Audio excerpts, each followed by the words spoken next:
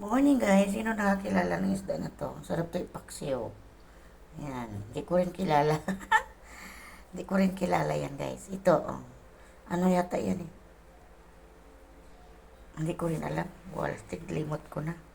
Ito yata, ito ano to eh, yung balo, yung mahabang nguso. Ayan yung balo. Isa lang. Nahalo lang kasi yan. Pag pamili namin kanina, nahalo lang siya dito. Ano to? Nalimutan ko na. Dalagang bukid. Yan, alam ko na. Dalagang bukid. Yan. Ito naman. Ngayon, nalimutan ko yung sabi ng tindera. Hulaan nyo nga anong pangalan nito. Yan, ay layo ko. Ayan o, malapit.